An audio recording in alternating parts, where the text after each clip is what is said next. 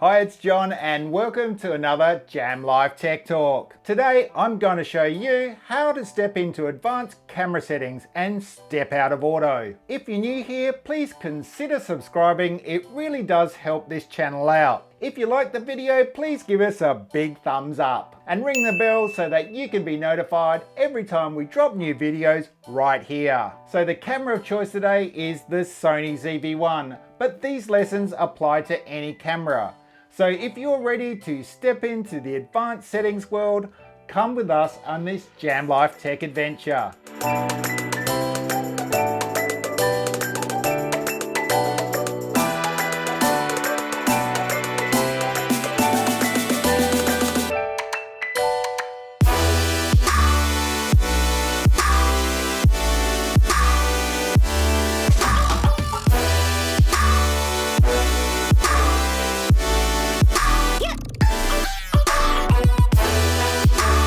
Okay, before we get into this, I am not a trained camera expert. I'm just someone who happens to own a few Sony cameras and have been learning as I go over the last few years. But that being said, I have worked and been a part of the audiovisual industry for over 35 years now. So when it comes to this sort of technology, I guess you can say it's been my life's work. So the first thing to know is that mastering advanced settings is not an overnight thing. It's like an art form and you need a lot of time experimenting. So don't dive straight into it and take that once in a lifetime family shot using advanced settings for the first time. Experiment, and master before risking important shots, okay? Cool, so with that being said, photography is all about light, or what is called exposure. In digital photography, it's all about how light hits the sensor. When you step into advanced settings, instead of the camera's brains, or auto as we call it, you are turning the exposure decision over to yourself. There are three parts of exposure: shutter speed, aperture, and ISO, or International Organization for Standardization, and that's why we call it ISO. These three parts form what we call an exposure triangle, shown here. To master photography and videography is to master the exposure triangle. It's by no means a quick and easy task and takes much experimenting, but if you want to get professional footage, you must learn to master it. As a very brief explanation of each, firstly, shutter speed. This is the fraction of a second the sensor is exposed to light. As numbers get bigger, the exposure gets darker. Next, aperture. This is the width of the diaphragm, letting light in through the lens to hit the sensor. As numbers get bigger, the exposure gets darker because the aperture actually gets smaller. ISO gain. This is the sensitivity of the sensor to light. As numbers get bigger, the exposure gets brighter. It's kind of like the brightness setting on your photo editing software. So firstly, let's talk about shutter speed and how it affects your video. Don't confuse shutter speed with frame rate. When you're shooting video, your camera is recording a certain number of frames per second. This is usually 24, 25, 30, 50, or 60 frames per second. Each of these frames is a still image, and shown one after the other, they look like they are moving. It's a common mistake to confuse how many frames are being shown each second with the shutter speed. Shutter speed is simply how long the aperture is open whenever it captures a frame. Shooting at 1/125th of a second doesn't mean you're shooting 125 frames per second. You're still shooting at, say, 30 frames per second, but each frame represents 1/125th of a second of exposure to light. The side effect of shutter speed is motion blur. So there is a rule in terms of shutter speed when you are filming video. For the most natural motion blur, keep your shutter speed at double the frame rate.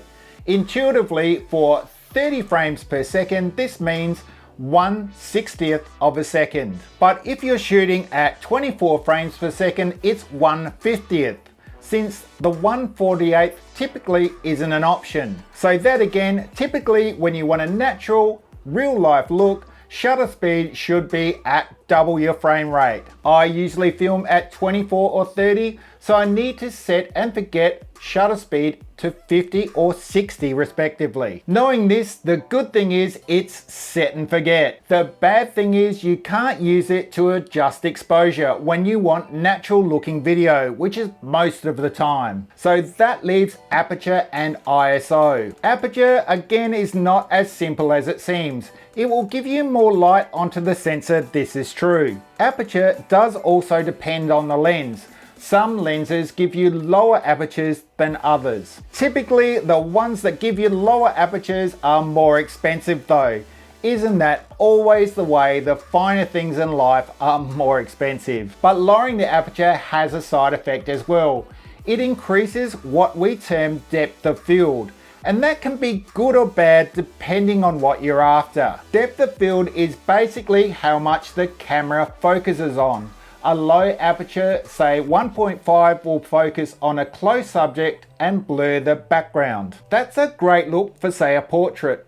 But if you want a video of a large scene or landscape, then you need to raise your aperture, meaning less light hitting the sensor, so a darker image. So what does that leave us with? Well, it leaves us with ISO. Think of ISO like brightness adjust, and you think if you don't have enough light, just crank up the ISO. But it's not that simple, because turning up the ISO too far will cause what I like to call the dreaded grainy footage. See here a picture at ISO 200 and one at ISO 3200. You can see that grainy footage start to creep in. You want to, as much as possible, keep that ISO as low as you can. But sometimes you just have to use it as things are too dark. But how much do you use before the image becomes too grainy is the question. Decisions.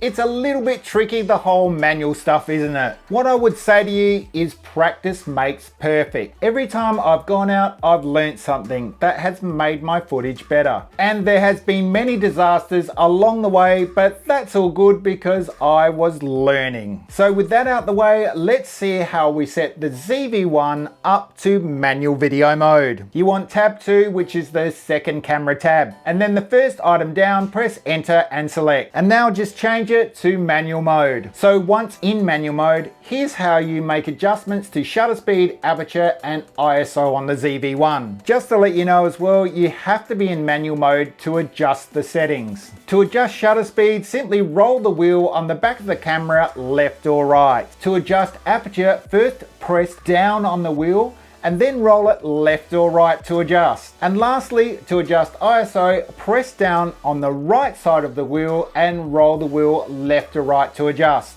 Lastly, before we go, I just want to take you through manual focus. And look, most of the time in video, continuous autofocus is the way to go. But there have been many times on, say, a locked off shot that I want to go into manual focus mode. And on these little screens, it can be really hard to see if I have focus. So to nail focus on most cameras these days, they have what's called focus peaking. And what it does is it outlines what is in focus in a color of your choice. So firstly, to turn the ZV-1 to manual focus, hit the function button at the back of the camera. There you will see a section on the screen where you can adjust your focus type. Use the wheel to roll over to this section and hit enter. Then change the focus to MF or manual focus. To turn on peaking then, go to the first tab, page 11 or 12. There you will see MF assist and turn that on. And then below it, go to peaking settings.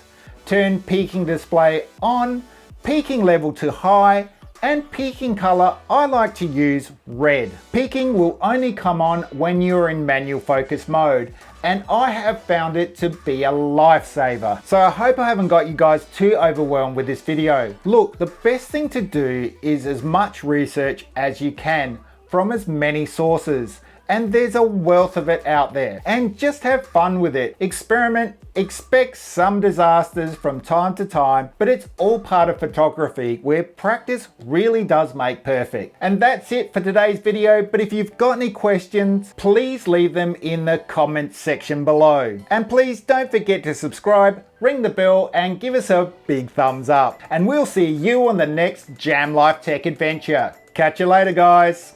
Yeah.